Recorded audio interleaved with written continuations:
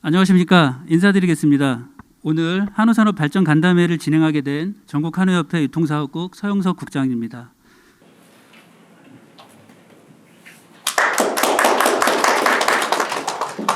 오늘 간담회는 당초 제주에서 열릴 예정이었습니다만 코로나19 상황으로 축소하여서 서울에서 열리게 되었습니다. 오늘 간담회는 전국한우협회 임원, 한우자조금 임원, 농림부, 시도청 축산과, 전문지 기자, 직원이 함께 하고 계십니다. 방역 지침에 따라서 간담회 중 마스크 착용 부탁드리고 다가 제공이 금지되어 있다는 점 양해해 주시기 바랍니다. 그럼 지금부터 한우산업 발전 간담회를 시작하겠습니다. 오늘 간담회는 녹화해서 12월 10일 유튜브로 공개가 되고 간담회에 대한 의견을 온라인으로 받을 예정입니다. 다음은 국민의례입니다. 모두 자리에서 일어나 앞쪽에 태극기를 향해 주시기 바랍니다.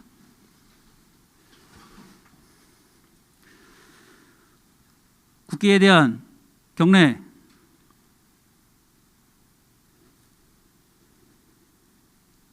바로 이하 국민의례는 생략하겠습니다. 모두 자리에 앉아주시기 바랍니다.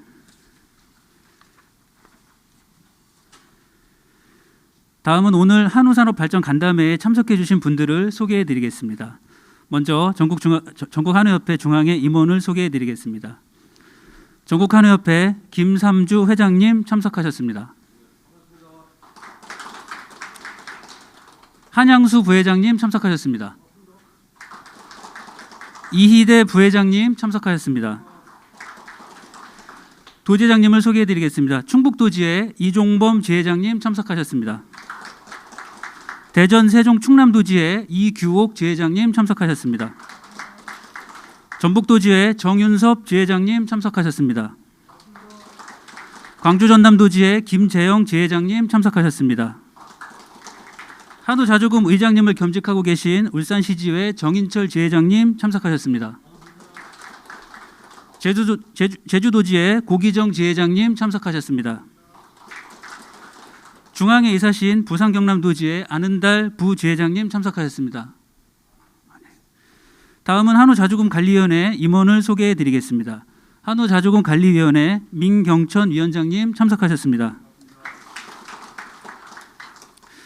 주제 발표자 및 토론 진행자를 소개해 드리겠습니다. 첫 번째 주제 발표 및 토론을 진행하실 한우정책연구소 정승원 소장님 참석하셨습니다.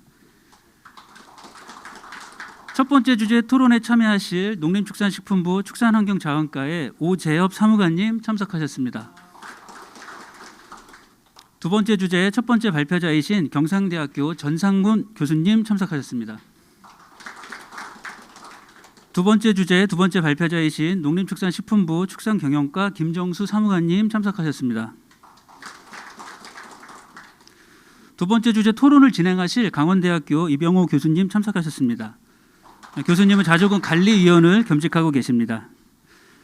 세 번째 주제 발표하실 분들을 소개해 드리겠습니다. 경기도청 축산정책과 이현승 주무관님 참석하셨습니다. 경기도청 축산진흥센터 장성훈 주무관님 참석하셨습니다.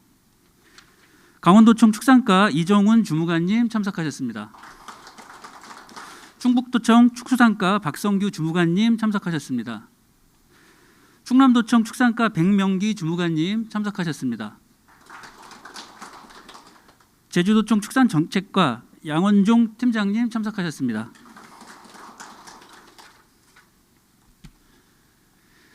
다음은 인사말 순서입니다. 전국한우협회 김삼주 회장님의 인사 말씀이 있겠습니다.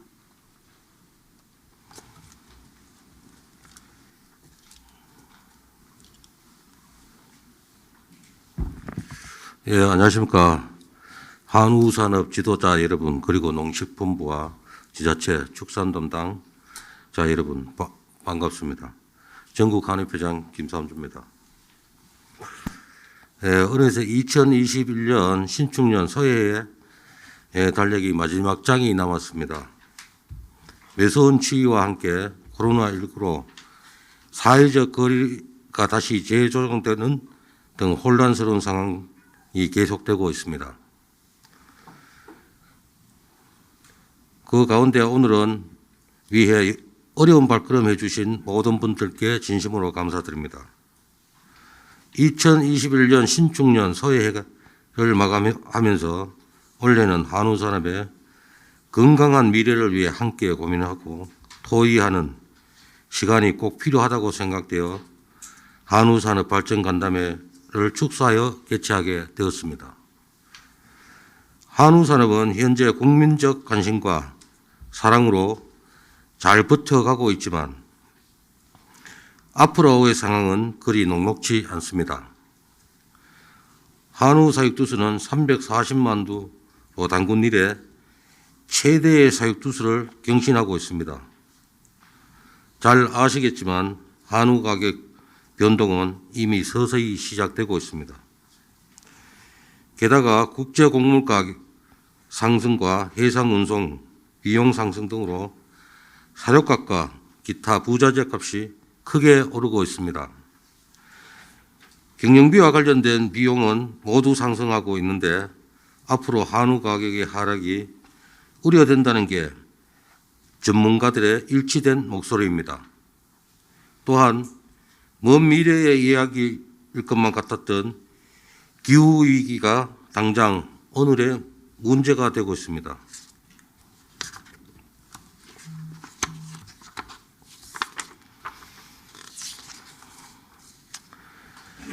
지금은 탄소 중립이라는 대전환의 시기를 맞이하고 있습니다.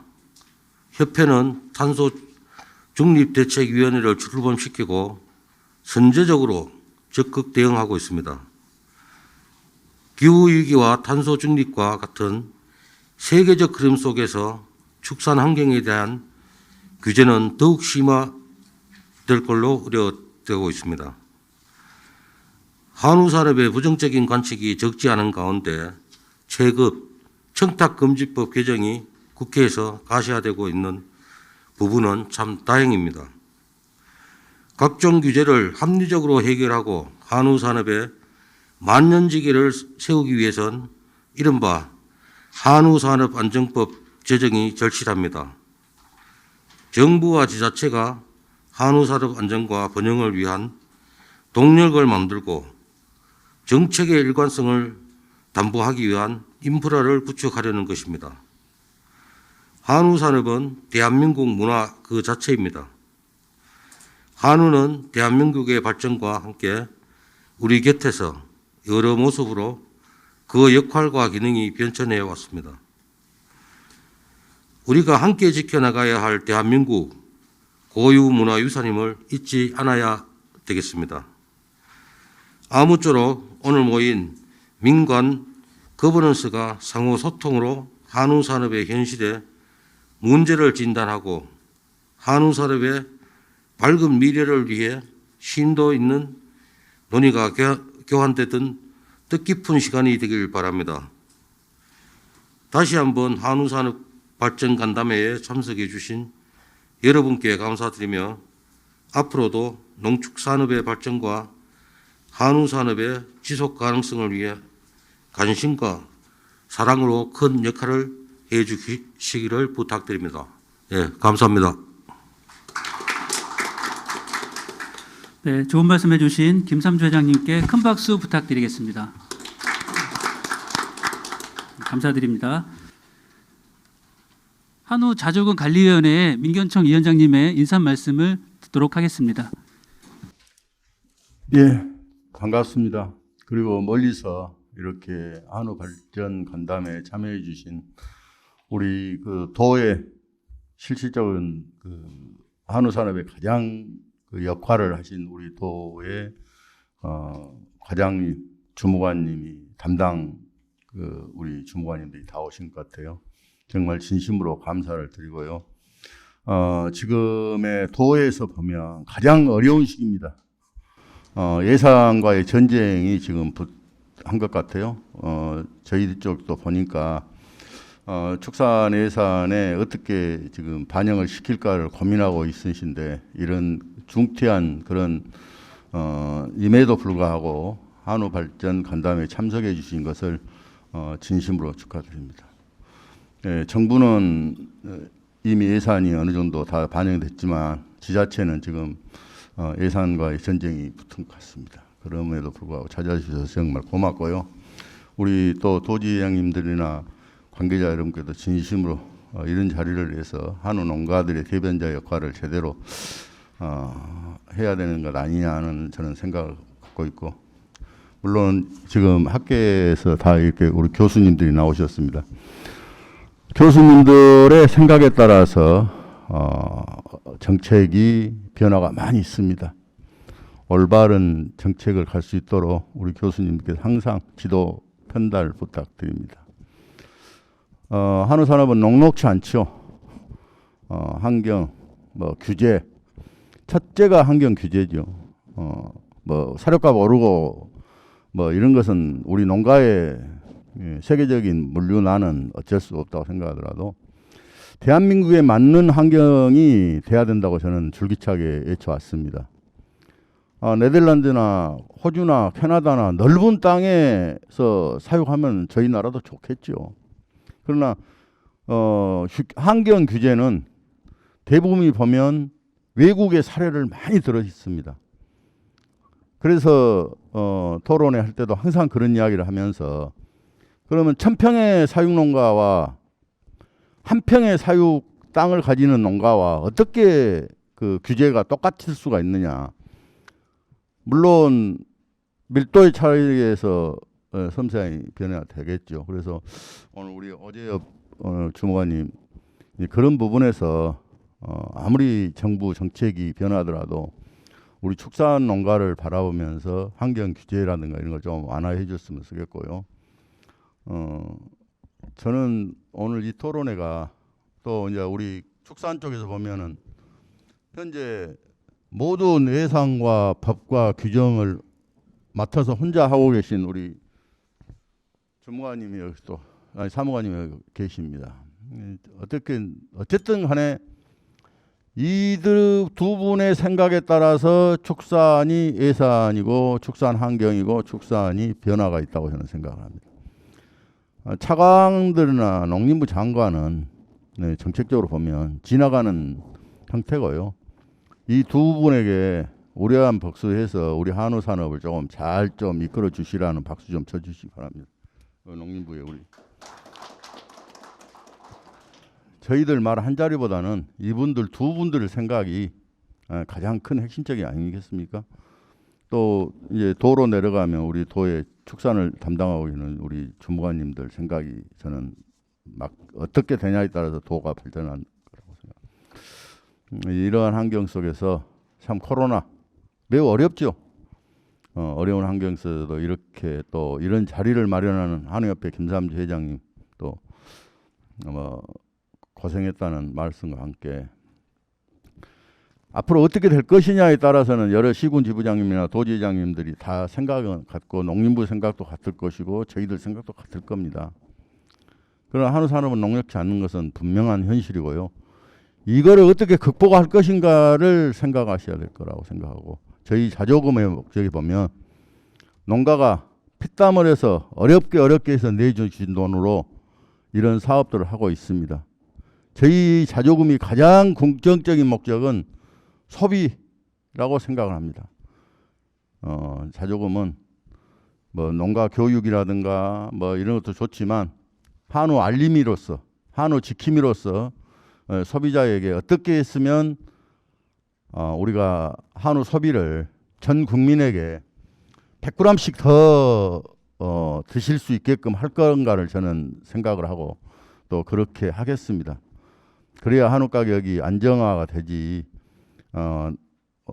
않겠습니까? 저희 자조금의 모든 직원들과 저희 또 자조금의 관리위원들과 같이 고민하면서 논의하면서 전 국민에게 한우 알림으로써 한우 100g 더 먹이기 위해서 최소한 노력할 수 있도록 하겠습니다. 아무튼 이런 귀중한 자리에 또 이런 여러분과 같이 만나게 돼서 반갑고요. 앞으로 한우 산업 발전에 대해서 노력하겠습니다. 고맙습니다.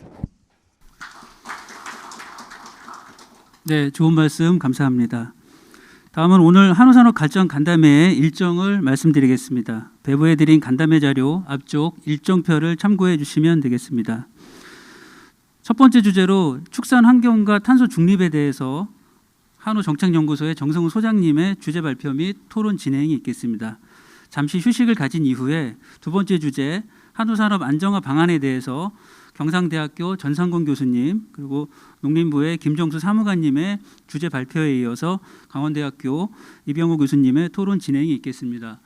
그리고 잠시 휴식을 가진 다음에 세 번째 주제 2022년 한우 정책 방향에 대해서 전국 한우협회와 시도청 축산과의 발표 이후에 전국 한우협회 김삼주 회장님의 토론 진행 이후 패 순으로 진행하도록 하겠습니다. 자, 그럼 본격적인 간담회를 시작하도록 하겠습니다. 첫 번째 주제는 요즘 대내적으로 많은 이슈가 되고 있는 사안입니다. 축산환경과 탄소 중립이라는 주제로 간담회의 첫 문을 열도록 하겠습니다. 주제 발표와 토론을 진행하실 한우정책연구소 정성훈 소장님을 큰 박수로 맞이해 주시기 바랍니다. 시간은 주제 발표 20분, 토론 20분으로 진행하도록 하겠습니다.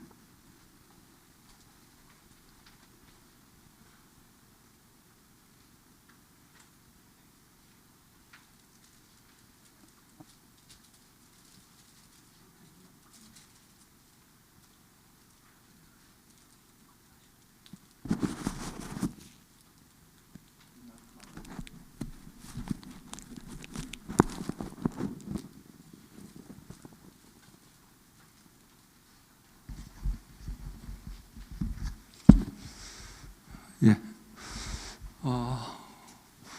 우리 앞에 계신 분들은 뒤로 이렇게 의자를 좀 돌리셔야 될 것 같아요. 불편하셔서. 괜찮으면 그대로 계셔도 되고. 예, 방금 소개받은 전국 한우협회 한우정책연구소의 정성훈 소장입니다. 저에게 축산 환경과 탄소 중립에 대해서 좀 주제 발표를 해줬으면 좋겠다 해서 준비를 했는데 짧은 시간이기 때문에 간단하니 말씀을 여쭙고 뭐 토론 20분 한다 그랬는데 발표를 한 30분 하고 토론 한 10분 정도만 해서 여러분들 의견을 수렴하도록 그렇게 하겠습니다. 사실 이 부분은 굉장히 지금 그 사회적으로 뜨거운 주제입니다. 그런데 이제 우리 한우가 이 부분을 어떻게 끌고 갈 것인가 하는 것에 대해서 여러분들에게 설명을 드리도록 하겠습니다. 오늘 발표는 이러한 그 새로운 변화, 우리 노력, 대응과 전략, 향후 일정 이렇게 말씀을 드리도록 하겠습니다. 제가 이 주제를 발표하기 전에 지금 이러한 전 지구적인 이슈를 만들어내기 시작했던 사람이 있습니다. 바로 지금 이 영화를 만들었던 사람인데요. 미국의 엘 고어 부통령입니다. 이분이 기후변화에 관한 교토 의정서를 그때 세계의 뜻을 모아서 통과를 시킵니다. 그러므로 인해서 전 세계가 기후변화에 대한 관심을 갖기 시작합니다. 사실은 산업혁명 이후에 끊임없이 지구는 변화되고 있었는데 모든 세계가 경제발전이라는 어떤 자기 국가 이기주의로 몰두하면서 지구 환경에 대한 관심을 소홀히 했죠. 거기에는 소위 말해서 선진국이라고 하는 나라들이 가장 큰 기여를 했습니다. 엘고 부통령은 어려서부터 여기에 대한 관심을 갖고 있었어요. 갑자기 어느 날 그런 건 아니고요. 학교 다닐 때부터. 그랬다가 자기가 미국의 부통령이라는 힘 있는 자리에 앉게 되었을 때 이 문제를 해결하겠다라는 그러한 뜨거운 의지를 갖게 된 겁니다. 제가 이 말씀을 드리는 것은 우리 지도자들이 어떤 생각을 갖느냐가 세계의 역사를 변화시킬 수 있다. 또 그 조직의 역사를 변화시킬 수 있다는 것을 말씀을 드리는 겁니다. 여기에 지금 나온 것처럼 제가 1.5도시를 써놨는데 이게 1.5도시가 지금 뜨거운 주제가 된 거는 지난 8월 달에 IPCC, 소위 말해서 정부 간 기후변화에 관한 협의체입니다. 물론 유엔 산하기관입니다. 6번째 제6차 보고서에서 1.5도시를 논합니다. 그래서 그 보고서를 1.5도시 보고서라고 얘기를 합니다. 앞으로 지구가 이대로 가면 되돌릴 수 없는 큰 위기에 처하게 된다. 지금부터 전 세계는 1.5도시에 집중해야 된다. 그래서 전 세계 지도자들이 이 부분에 대해서 관심을 갖고 있습니다. 지난 11월 1일 날 영국 글래스고에 우리 문재인 대통령도 갔지요. 거기 가서 온실가스를 2030년까지 어떻게 줄일 것인가 각국 지도자들이 발표를 했습니다. 우리나라는 40%를 2018년 대비 줄이겠다고 발표를 했지요. 그러나 상당수 많은 지금 경제단체라든지 기업들은 이 부분에 대해서 회의적이고 문제 제기를 합니다. 과연 이렇게 해서 대한민국 경제가 어떻게 되겠느냐? 온실가스를 그렇게 줄인다고 해놨는데 거기에 대해서 생각을 해본 거냐? 어쨌든 지금 정부는 탄소중립위원회를 만들어서 가고 있습니다. 현재 지구는 약 1.04도에서 1.1도 요 사이입니다. 하루에 약 400억, 1년에 연간 한 400억 톤 정도의 400톤 정도의 CO2 가스를 배출해요. 지구가 앞으로 1.5도시까지 흡수할 수 있는 여력이 한 4천에서 5천억 톤 된다고 지금 얘기를 하고 있습니다. 지금부터 이 부분을 줄이지 않으면 우리가 상상할 수 없는 그런 엄청난 재앙이 닥치게 될 것이다. 그건 우리 후손들에게 두고두고 죄악을 범하는 것이다. 지금 현재 사는 지구에 살고 있는 우리가. 그렇게 지금 얘기를 하고 있습니다. 우리 축산업에 대한 그렇기 때문에 공격도 굉장히 많이 지금 강화되고 있습니다. 따라서 우리가 이 지구 환경이라는 문제를 단순하게 환경운동주의자들이 하는 그런 무브먼트로 보시면 안 됩니다. 이 IPCC 보고서에서 결론을 내린 두 가지가 있어요. 두 가지가 중요한 게. 첫 번째로 결론 내린 게 있어요. 지금까지 수많은 논쟁을 하면서 과연 지구 온실가스가 늘어나는 것이 지구온난화의 주범이냐? 그렇지 않다 하는 과학적인 논쟁이 있었습니다. 바로 이 영화는 그러한 논쟁에 대해서 답을 주기 위해서 엘고 부통령이 대통령 선거에 떨어지고 나서 만든 겁니다.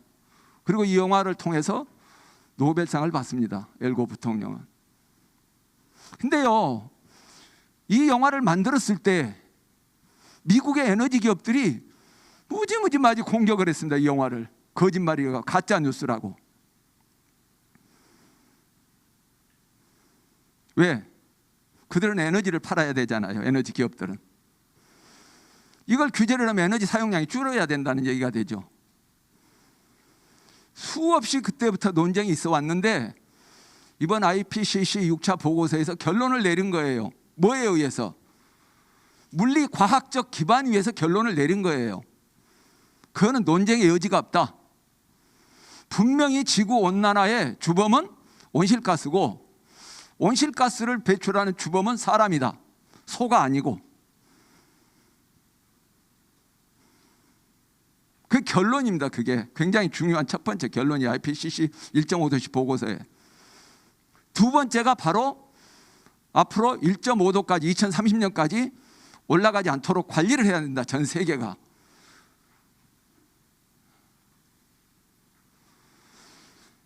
여기에 보면 제가 이 영화가 꽤 오래전에 나왔어요. 지금 이 영화는 이 얘기를 합니다. 진실의 힘에 대해서. 사실은 그러니까 이 영화는 누구를 대상으로 해서 원래 만든 거냐면 미국의 에너지 기업, 미국 사람들을 대상으로. 왜?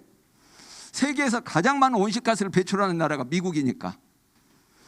그럼에도 불구하고 교토 의정서가 발효될 수 없도록 그 다음에 엘고하고 대통령 선거에서 대통령이 된 부시는 탈퇴를 해버립니다. 여기서. 기후변화협에서 탈퇴해요. 미국이. 2015년에 그리고 다시 이것은 종료가 되고 파리 협약이 만들어집니다. 거기에 대해서 트럼프가 다시 탈퇴를 합니다. 근데 다시 바이든이 이번에 또 가입을 했습니다. 이게 미국의 가치관이 흔들리는 부분이에요.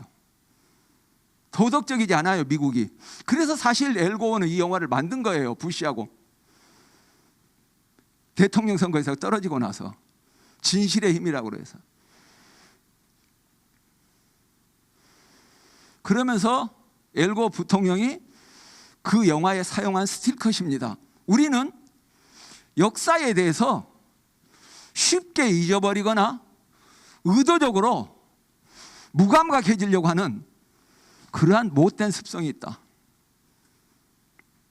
이거는 1970년과 2000년 30년 동안에 변화된 자연 역사의 흐름입니다. 여기 보시면 알겠지만 이 킬리만자로의 만년설이 이렇게 녹은 걸 봅니다. 이거에 대해서 논쟁의 여지가 없잖아요. 분명히 녹았잖아요. 만년설 아니잖아요. 두 번째로 보여준 스틸컷이 있습니다. 그 영화에서 요겁니다. 바로 남미 파타고니아인데 1925년하고 2000년이죠.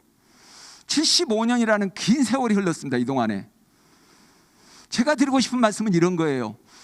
큰 변화는 사람들이 분명히 빨리 인식을 하는데 서서히 오는 변화에 대해서는 사람들이 둔감하다.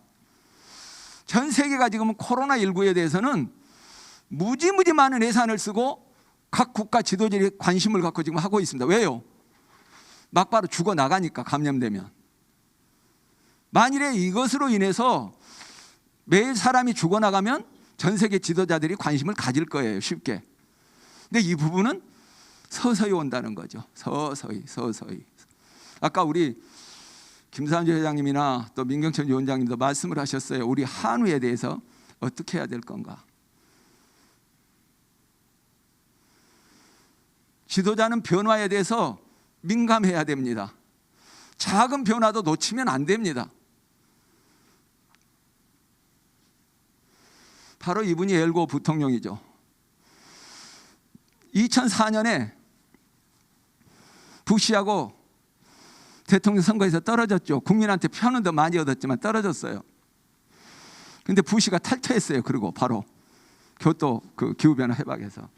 그리고 2005년도에 바로 그 이듬해 허리케인 카타리나가 미국을 강타합니다. 미국 자연 중에 재해 중에서 그때까지 가장 큰 재해를 만납니다. 저는 자연의 경고라고 생각을 했어요. 그때 부시에게 미국에게 내린 자연이 주는 경고였다. 저는 그렇게 생각을 합니다.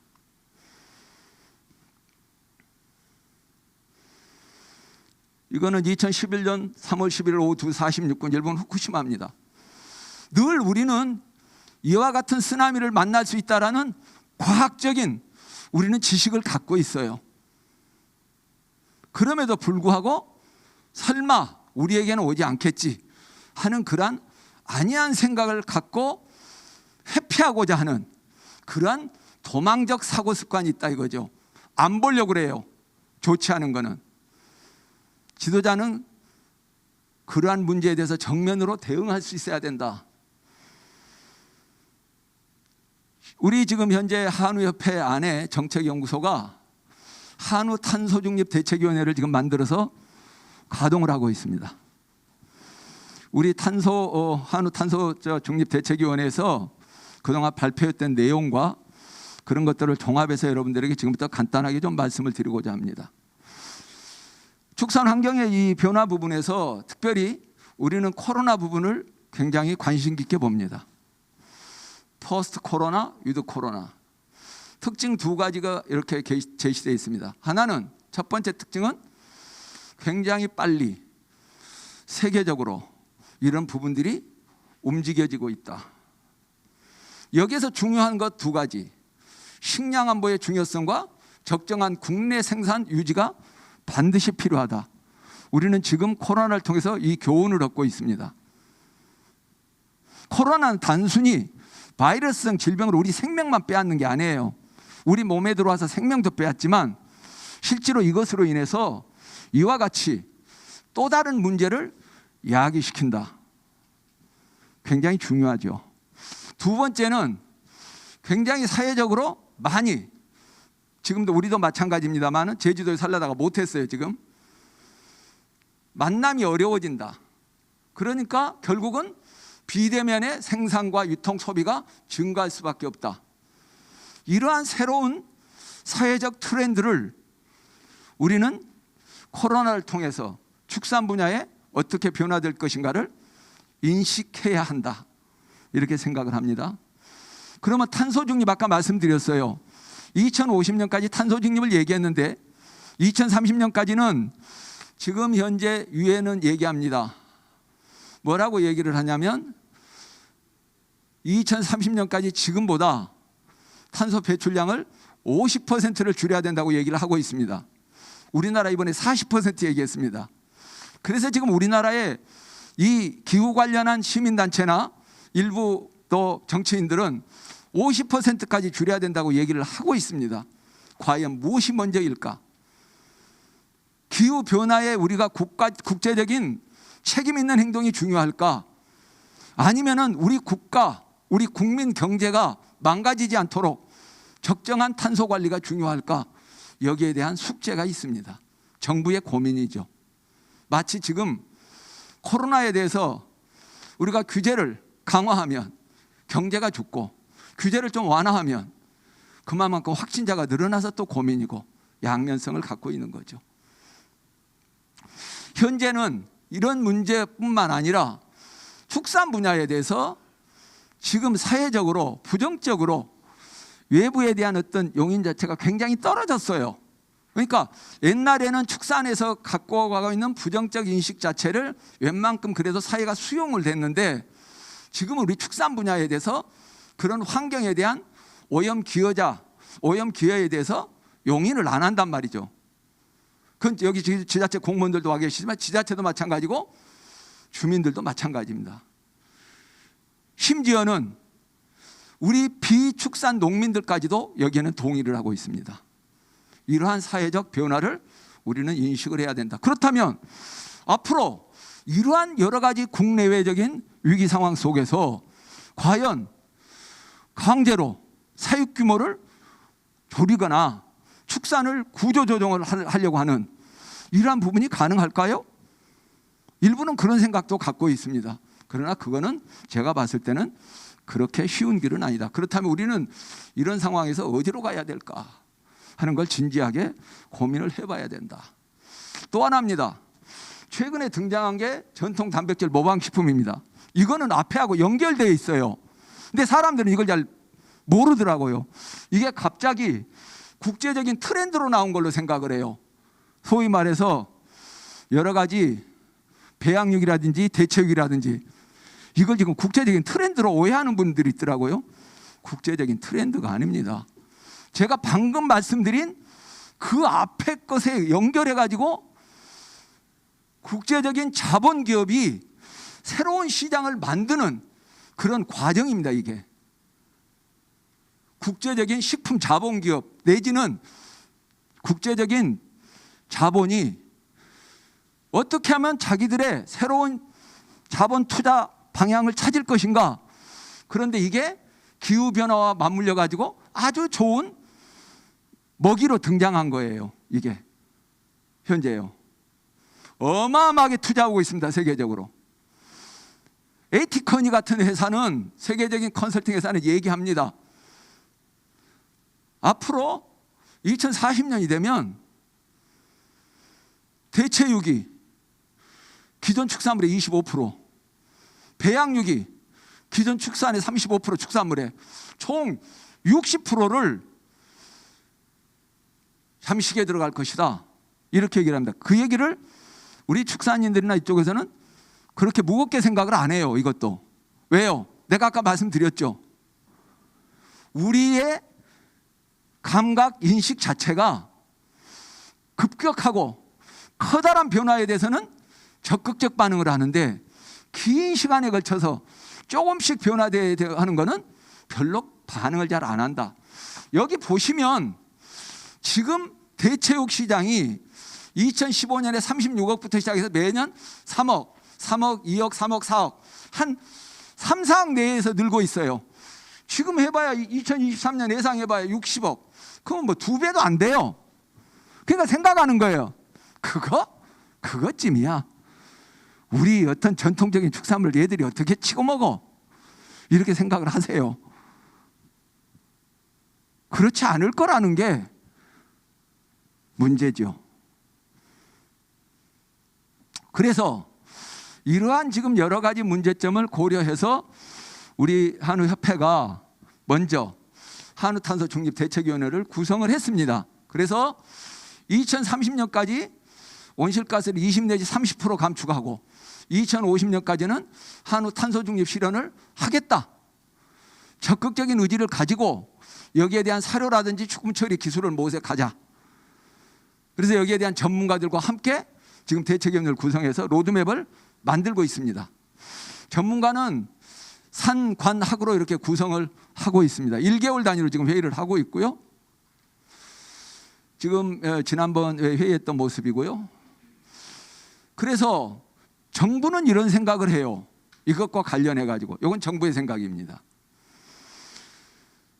국내 적정 생산을 유지하면서 분뇨 발생량을 감축하자. 말이 좀 그럴듯한데 상당히 조금 앞뒤가 잘 안 맞을 수 있는 말이에요. 그래서 이 부분, 이 적정 생산이라는 부분에 대해서 저는 많은 얘기를 합니다. 한우 적정 사육 주수, 적정 사육 규모에 대해서도 학자들이라든지 언론이라든지 정부가 얘기를 합니다. 그러나 적정 사육 규모라는 것은 수요와 공급과 여러 가지 재반 환경에 의해서 결정되는 거지 일정한 산술적인 두수로 결정되는 건 아니다 하는 게 제 생각입니다. 그래서 그걸 제시하는 것 자체가 넌센스다. 그래서 실질적으로 지금 340만 두가 넘어선 이 시점에 과연 한우는 어떻게 될 것인가 고민을 많이 합니다. 정부는 얘기합니다. 환경과 더불어서 정밀 사양을 가자. 정밀 사양. 지금처럼 그냥 사료를 많이 줘서 빨리 증체시켜서 출하하는 이와 같은 생산 방식이 아니라 사료의 낭비와 허실을 줄이고 필요한 양만큼만 공급을 해서 분뇨나 가스로 발생될 수 있는 양을 최소화시키자. 또 뿐만 아니라 사료 자체에도 질소 함량을 최소화시켜보자 하는 거죠. 예. 지금 이제 그런 어떤 방식이 있습니다. 그래서 여기에서 저단백이나 저탄소, 저메탄 이런 것들을 지금 얘기하고 있고 또 하나가 공공처리 확대인데 여기에서 서쪽에서는 고체 연료와 바이오차 이 두 부분을 얘기하고 있습니다. 이 부분은 이 저장과 에너지로 이용함으로 인해서 결국은 우리가 어떤 부분이 있냐면 우리 한우 쪽에서 발생되는 탄소 배출원 자체에서 배출 기여자에서 흡수자가 될 수도 있다 하는 그런 측면입니다. 여기에서 이제 우리가 앞으로 여기 분뇨에 대해서 우리가 양질의 퇴액비를 만들어서 어쨌든 조사료를 생산해서 다시 우리 한우 농가가 사용함으로 인해서 여기에 대한 앞으로 흡수 개수를 만들어서 적용을 받으면 우리 배출량에서 그만큼 삭감을 받을 수가 있을 겁니다. 지금 이제 현재 정부가 만들어 놓은 온실가스 배출 인벤토리를 보면 우리 농축수산 분야가 2018년엔 2,470만 톤, 약 3.3% 정도 되고요. 우리 축산 분야에 오면 장내 발효 쪽이 440만 톤, 가축분뇨 처리가 490만 톤 해서 전부 다 보면 한 930만 톤 정도 이렇게 배출되는 걸로 이산화탄소량으로 나와 있습니다. 그래서 우리는 이러한 어떤 사료를 먹이는 거나 연료 사용하는 거나 이런 모든 과정 속에서 어떻게 하면 메탄이나 아산화질소 발생을 최소화할 수 있을까 이 부분을 고민하면서 이번 대책위원회에서 지금 준비를 하고 있습니다. 여기 보시면 이 IPCC 아까 제가 말씀드렸습니다. IPCC Tier 1 요거는 이제 우리나라는 아직 이거를 저기 안 돼. 요 기본값으로 산정한 거 보면 한유구 쪽에 하기 47 연간 장내 발효 쪽으로 메탄이 1, 질소가 70 이렇게 계수가 되어 있습니다. 이걸로 계산한 거예요. 아까 그 발생제. 근데 이제 실질적으로 우리나라와 같이 한우라는 특정된 가축 또 분뇨 처리 방식에 대한 특성에 의해서 좀 더 정밀하게 온실가스 배출량을 산정할 필요가 있습니다. 그게 이제 Tier 2입니다. 그래서 우리나라는 이런 지금 현재 북미에서 산정한 기본값이 아니라 앞으로 우리나라 한우 특성과 가축 풍뇨 특성, 처리 특성에 맞춰서 티르2 값을 개발해서 실제로 적용을 할 필요가 있다. 이렇게 생각을 합니다. 여기 이제 아까 제가 말씀드렸어요. 서쪽에서 가장 많은 양이 발생되고 있다는 건 여러분들이 현재 아실 수가 있을 겁니다. 이 부분은 생략을 하겠습니다. 그리고 두 번째는 아까 말씀드린 것 중에서 이제 저탄소 사양 관리 쪽으로 가서 저메탄 사료 개발과 이제 제도화 이 부분이 있습니다. 그래서 해외에서는 지금 많은 이 부분에 연구가 되고 있어요. 메탄 저감 물질에 대해서. 그래서 정부에서도 이 부분을 지금 연구를 강화하고 있습니다. 그리고 만일에 이런 부분이 잘 저기가 되면은 적극적으로 농가에게 제공을 하고, 일부 농가들은 그런 얘기를 해요. 이러한 만일에 온실가스 저감을 위해서 여러 가지 사용관리 기법이 달라지거나 아니면은 어떤 첨가제를 급여하거나 함으로 해서 생산성이 떨어지거나 아니면 생산비가 늘어나거나 했을 때 농가들이 이게 수용성이 있겠느냐 얘기를 합니다. 정부에서는 만일에 하게 되면 이 부분에 대해서 인센티브를 지급하겠다. 상당하는 정부는 그렇게 지금 생각을 하고 있습니다. 그 다음에 이미 이 부분은 시행을 지금 하고 있습니다. 사료관리법을 개정해가지고 초단백질 표시함량 기준을 강화하는 부분입니다. 지금 현재 돼지 쪽에서는 지금 했고요. 서쪽도 지금 얘기를 하고 있습니다. 그래서 과잉한 어떤 단백질 공급을 결국은 아까 말씀드린 메탄가스 문제라든지 아산화질소 문제라든지 이런 부분은 결국 에너지나 단백질의 과다 공급에서 일어나는 거기 때문에 이런 부분을 우리가 적정하게 정밀 사양으로 가야 할 필요는 분명히 있습니다. 그리고 여기에 이제 정부 이 단기 사육에 대해서 농가들은 아직은 동의가 안 됩니다. 이 부분에서. 왜냐하면 수익에 많은 영향을 미치기 때문에. 그래서 정부에서는 이 부분에 대해서 단기 사육했을 때 쇠고기의 상품성을 분석하고 경쟁력 강화 방안을 마련해 보겠다. 그래서 지금 28개월이나 26개월 출하를 지금 얘기를 하는데 상당수 농가들은 제가 얘기를 해보니까 전혀 아직은 수용할 자세가 되어 있지 않습니다. 이 부분은 제가 보기에. 그 다음에 지금 이제 여러 가지 그런 ICT 장비라든지 컨설팅 지원 부분 이런 부분도 앞으로 이제 강화를 하겠다. 그 다음에 이제 처리 방식인데 가축분뇨 이제 적정 처리 분야인데 현재 돼지의 경우는 5,000도 이상은 이제 정화방류를 의무화시킵니다. 정화방류를 의무화시키고 그 다음에 퇴비를 이제 비농업계로 확대를 추진하고 있습니다. 그래서 아까 말씀드린 것처럼 단순하게 퇴액비뿐만 아니라 바이오차나 바이오플라스틱 같은 새로운 산업 소재, 그 다음에 고체 연료를 통한 제철소에다가 이용하는 어떤 새로운 협업 체계, 그 다음에 이 바이오차에서 토양 계량제로 이용하는 어떤 방안 이런 것들을 지금 정부가 적극적으로 연구하고 앞으로 향후 실용하려고 계획을 짜고 있습니다. 그 다음에 가축분해 에너지화 시설 확대 부분이 있는데 이 부분에 대한 것은 지금 현재 정부가 많이 하려고 하지만 잘 실용화가 안 되고 있는 부분입니다. 경제성이 안 나오기 때문에. 그래서 이런 부분은 지역 주민들에 대한 수용성을 높이고 또 경제성을 찾아서 활성화시키려고 지금 하고 있습니다. 그래서 가장 중요한 게 활성화하기 전에 수익성 부분이 있는데 앞으로 지원하는 레크를 현재는 1.0으로 되어 있는데 이런 부분을 1.5나 2.0으로 더 확대시키는 방안을 지금 농식품부는 지금 산잡하고 협의를 하고 있습니다. 그 다음에 아까 말씀드린 이제 이 국가 온실 인벤토리 부분이 있습니다. 인벤토리 부분이 있는데 이게 녹색성장기본법 45조에서 만들어지고 있는데 여기에 지금 에너지, 산업공정, 농업, 폐기물 가장 이제 크게는 이렇어요. 4개 분야로 되는데 우리 농업 쪽에 이 부분은 국립지금축산과학원하고 농업과학원이 여기에 대한 인벤토리를 지금 만드는데 저기 그래서 우리도 아까 말씀드린 것처럼 우리 실정에 맞는 한우에 대한 온실가스 배출 계수라든지 또는 아까 우리가 농식품 부산물을 한우가 또 이용하고 가축분열을 통해서 조사료를 국내산 조사를 생산하기 때문에 이런 부분들에 대한 흡수 계수를 적극적으로 개발해서 반영할 필요가 있다.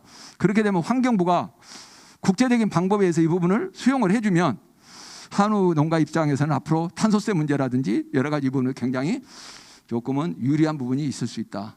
이렇게 생각을 합니다. 그래서 여기 말씀드린 것처럼 앞으로 감축계수를 만들어서 등록하고 어떻게 감축할 것인가 하는 것을 좀 더 적극적으로 가고 우리 농장에다가는 한우 농장에서는 넷째로 탄소 배출을 균형을 유지할 수 있는 매뉴얼을 만들어서 가겠다. 그래서 이 부분을 지금 이제 보면은 아까 말씀드린 것처럼 이런 현실 가능한 한우 분야의 탄소 중립, 기술 발전, 넷째로 이런 부분에서 실제로 비용과 편익 부분에서 어느 지점에서 이런 부분이 농가가 수용할 수 있겠는가 하는 부분을 우리가 적극적으로 잘 찾아보려고 합니다. 그래서 지금 현재 12월 말에 또 전문가 그룹 회의를 하고 2월 말까지 매월 회의를 진행할 겁니다. 그리고 3월 말까지 이 논의 내용을 정리해서 적용 계수를 산출하고, 물론 요거는 하나의 우리가 여러 가지 공식에 의해서 계산을 하는 겁니다. 실제 우리가 실험을 해서 나온 거는 아니겠습니다. 시간이 없기 때문에 할 거고요. 그 다음에 지금 4월쯤에 대외적으로 우리 한우 산업에서의 탄소 중립 대책 방안을 로드맵을 발표할 계획이고, 2022년에서 25년까지 이 대책에 대해서 검증 작업을 들어가고 농가 적용 방안을 수립을 할 겁니다. 그리고 26년부터 2030년까지는 농가에 직접 적용하는 것을 시작하는데, 우선 기업농, 중규모, 소규모 이런 식으로 단계적이고 점진적으로 탄소 중립을 위한 우리 한우의 친환경, 또 국제적인 어떤 수준 있는 대한민국 한우 산업을 만들어 가려고 합니다. 이런 일을 하는 데 있어서 우리가 깊이 고민해야 될 부분이 하나 있습니다.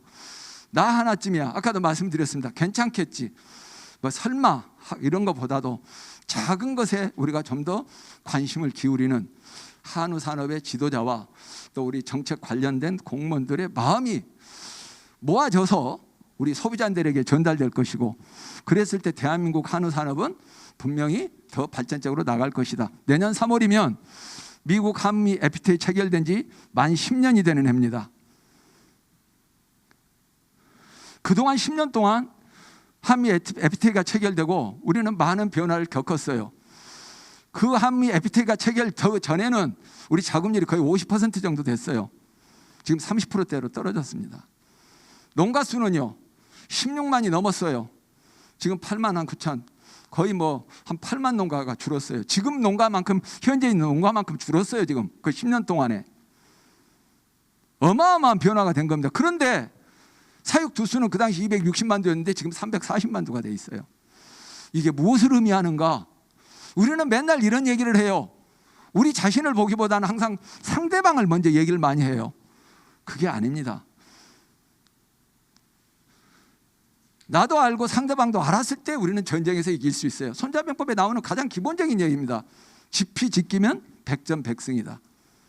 좀 더 그런 부분에 대해서 이거는 어떤 특정 산업을 보호하자는 그런 개념이 아니라 우리 국내의 농촌 경제에 쌀과 함께 주요한 농촌 경제를 끌어가는 산업이 한우 산업입니다. 고령층의 농촌에서의 유일한 어떤 소득의 그래도 유지되는 것이 지금 한우입니다. 또 뿐만 아니라 한우는 역사성으로 보나 아니면 생물학적으로 보나 우리가 꼭 지켜놔야 될 우리의 소중한 자원이기도 합니다. 유전 자원이기도. 그런데 단순하게 축산이라는 분야로 이걸 접근해서 한우 문제를 이야기하여 나간다는 것은 그는 굉장히 천박한 역사인식을 갖고 있는 데서 출발한 것이다.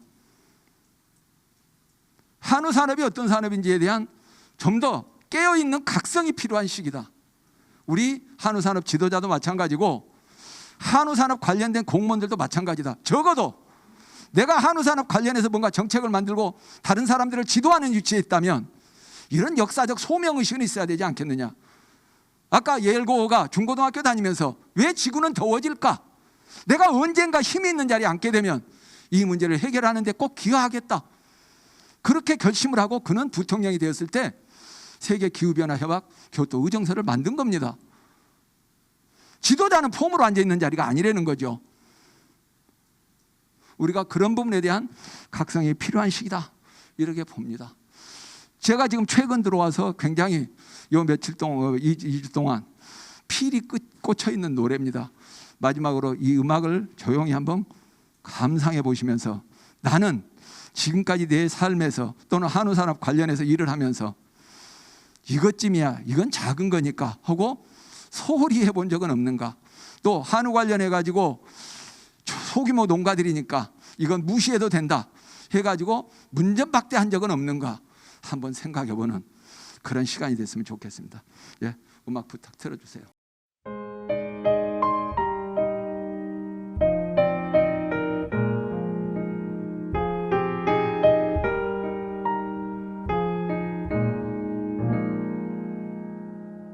쌀한 톨의 무게는 얼마나 될까? 내 손바닥에 올려놓고 무게를 잰다. 바람과 천둥과 비와 햇살과 외로운 별빛도 그 안에 스며네. 농부의 새벽도 그 안에 숨었네. 나락한 알 속에 우주가 들었네. 버려진 쌀한 톨 우주의 무게를, 쌀한 톨의 무게를 재어본다. 세상의 노래가 그 안에 울리네.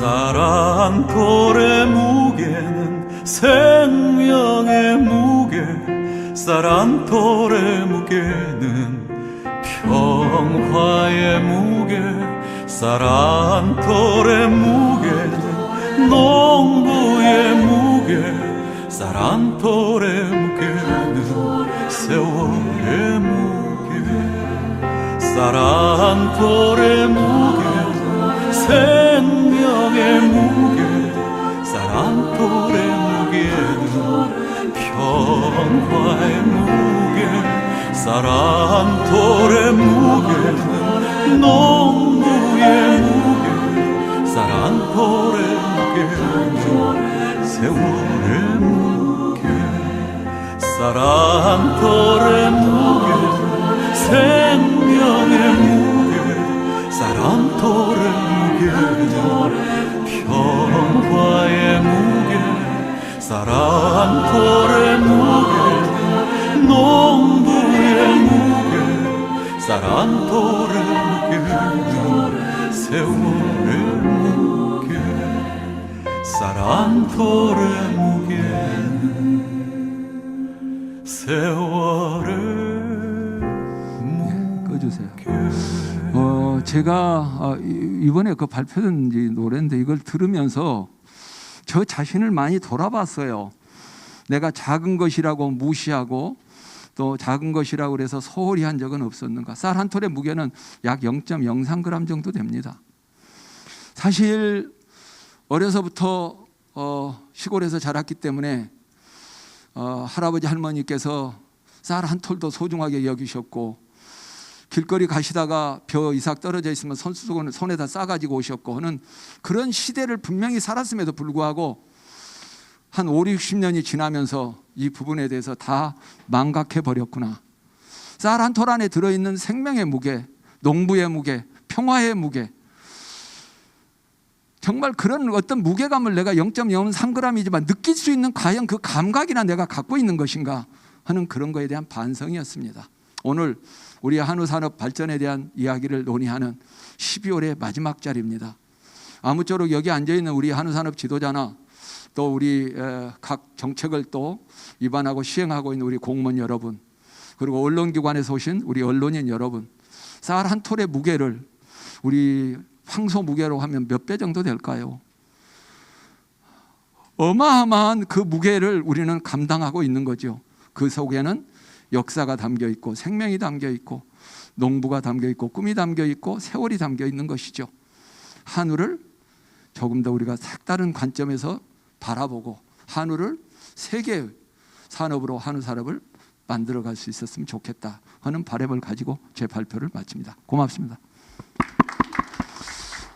원래 이제 이거 끝나고 토론을 좀 하기로 했는데 제가 보니까 여러분들은 이걸 아까 제가 말씀드렸어요. 우리 한우 탄소중립 대책위원회가 지금 그러한 이제 로드맵을 만들어간다고 그랬습니다.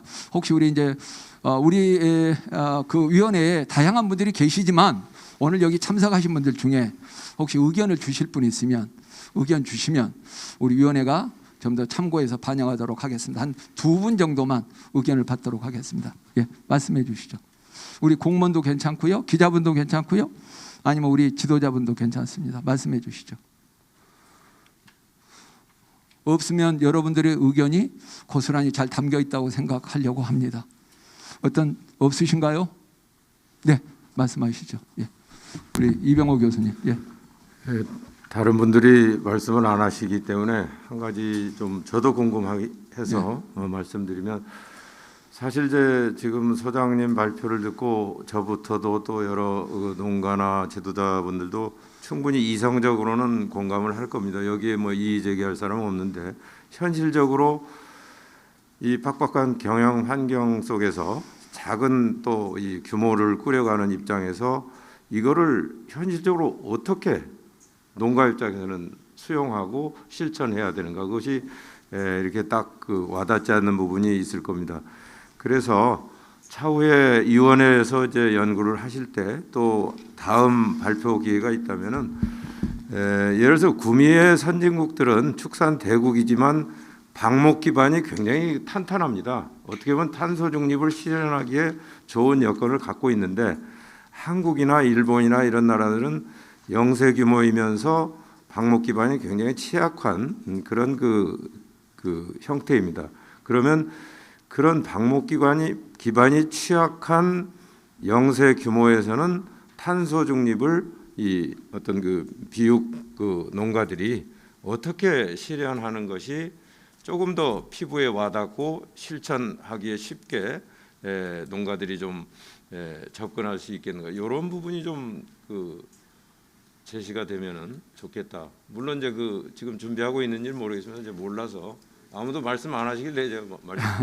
예, 우리 이병호 교수님이 말씀하신 게 우리 농가들이 갖고 있는 고민입니다. 그래서 아까 제가 말씀드린 것처럼 크게 이 우리 한우 경우에 이산화탄소 절감과 탄소 중립으로 가는 데 있어서 2가지 포인트가 있어요. 하나는 장래 발효에서 메탄가스를 어떻게 최소화시킬 것인가 하는 부분이 있고, 두 번째는 발생한 분뇨를 저장하거나 또는 처리하거나 이용하는 데 있어서 거기서 발생되는 주로 이제 잘 저기를 하면 메탄보다는 아산화질소가 주요한 이제 온실가스의 이제 저기가 됩니다. 그래서 이 2 부분에 대한 거를 지금 우리 전문가들이 지금 현재 검토를 해서 아까 말씀드린 것처럼 어떤 방법으로 농가에 적용할 건가, 적용 방안에 대한 거, 그다음에 매뉴얼 만드는 거 할 거고, 이걸 실제로 농가에 적용했을 때 아까 농가들이 지금 현재 걱정하고 있는 생산성이 저하되거나 아니면은 생산 비용이 증가되는 부분, 이런 부분들은 어떻게 할 것인가에 대한 방안은 우리가 이제 앞으로 3년 동안 향후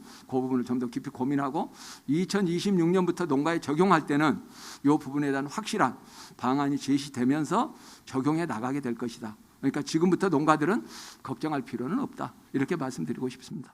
단지 우리 농가들이 지금 해야 될 일은 우리도 지금 뭔가 변화의 시점에 있구나 하는 걸 인식을 하시면 됩니다. 그리고 그러한 어떤 인식의 기반 위에서 같이 우리 중앙회나 또 각 시 도지회나 시군 지부, 그다음에 또 우리 각 지자체에 있는 공무원들과 함께 원팀이 돼서 이 문제를 해결해 가면 우리 축산 쪽은 아까 에너지나 산업 공정보다는 훨씬 쉽게 이 탄소 지금 온실가스 목표를 우리 저감할 수 있다, 쉽게 그렇게 생각을 합니다. 예. 예, 제가 한 가지 질문하겠습니다. 정부는 지금 사육 기간을 어쨌든 30개월에서 1개월이라도 2개월이라도 단축시키려는 정부 정책인데, 우리 정책연구소에서 나오는 것은 스펙은 높이면서 사육 기간을 사료를 무제한으로 주던 것을 조금 더 줄여서 사육을 연장해야 된다는 식으로 제가 받아들일 때는 그런 식으로 받아들였는데, 이게 서로 이제 정부와 이거는 이제 우리 축산 정책과에서도 이거는 대변해야 될 일 같은데 어떻습니까? 이 부분에 대해서는 정책과에서는 어떻게 생각하십니까?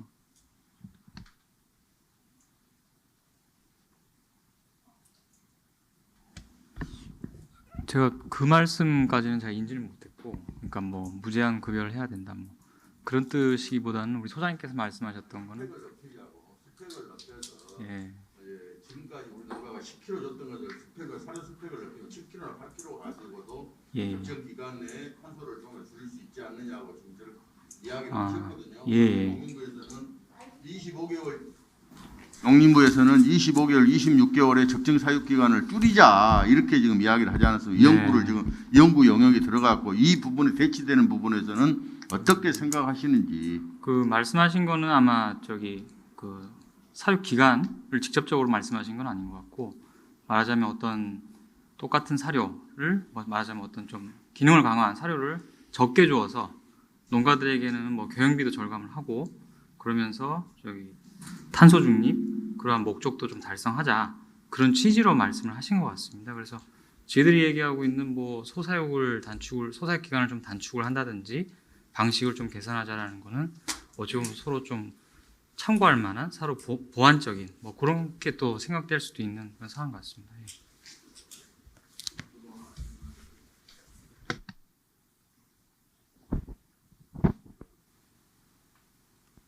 예, 한우자 조금의 장기성 국장입니다.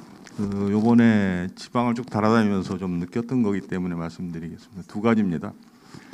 과연 이 탄소 중립 문제가 우리나라가 외국에 비해서 유럽에 비해서 한 10년 늦게 시작을 했습니다. 작년부터 시작을 한 거로 알고 있는데, 그럼 이것이 정권이 바뀌면 계속 될 것인가? 이게 첫 번째 하나 궁금증이 하나 있습니다.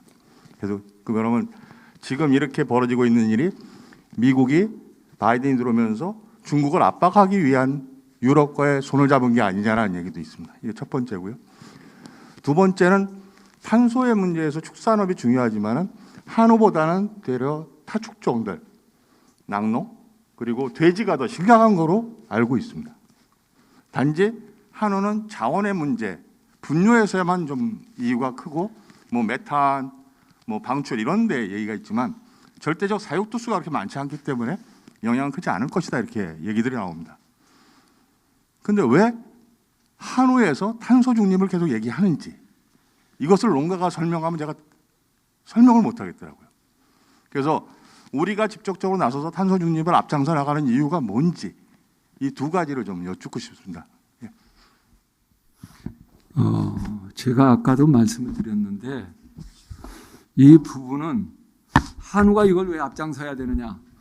한우가 대한민국 축산업의 종주 산업이기 때문에 그래요. 그리고 지금 지난번 아까 말씀드린 것처럼 지난 11월 1일 날 영국 글래스고에서 열렸던 COP26 회의에서 전체적인 온실가스에 대한 국가 간 특히 인도라든지 중국이라든지 이런 나라 또 미국의 어정쩡한 자세 이런 것들은 어떻게 보면 미완성의 어떤 것이었을 수도 있어요. 그러나 지금 메탄에 대해서 2030년까지 줄여서 가자라는 건 전 세계가 동의가 됐어요. 그런데 지금 현재 우리나라에서 메탄 가스가 발생되는 주요한 부분이 어디냐면 유기성 폐기물 매립지하고 우리 축산의 소부분이에요. 이거는 그렇기 때문에 온실가스를 줄이는 부분에 대한 거는 조금 국제적으로 컨센서스가 아직은 좀 미완성이지만 메탄 가스에 관한 부분은 이미 컨센서스가 이루어졌다. 굉장히 그래서 앞으로 우리나라에서도 이 메탄 가스 부분은 굉장히 강하게 들어올 것이다. 저는 그렇게 봐요. 이미 그건 동의가 됐어요. 이론의 여지가 없어요. 전 세계적으로.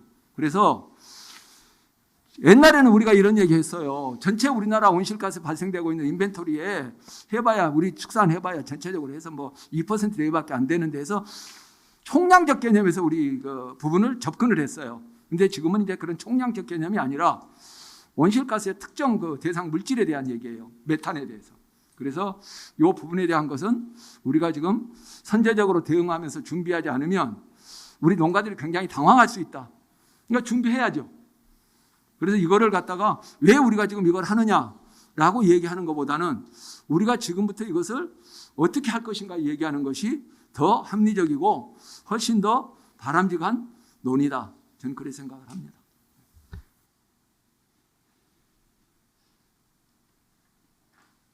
네, 다음 토론 이어가실 분 없으면 다음 순서 진행해도 되겠습니까?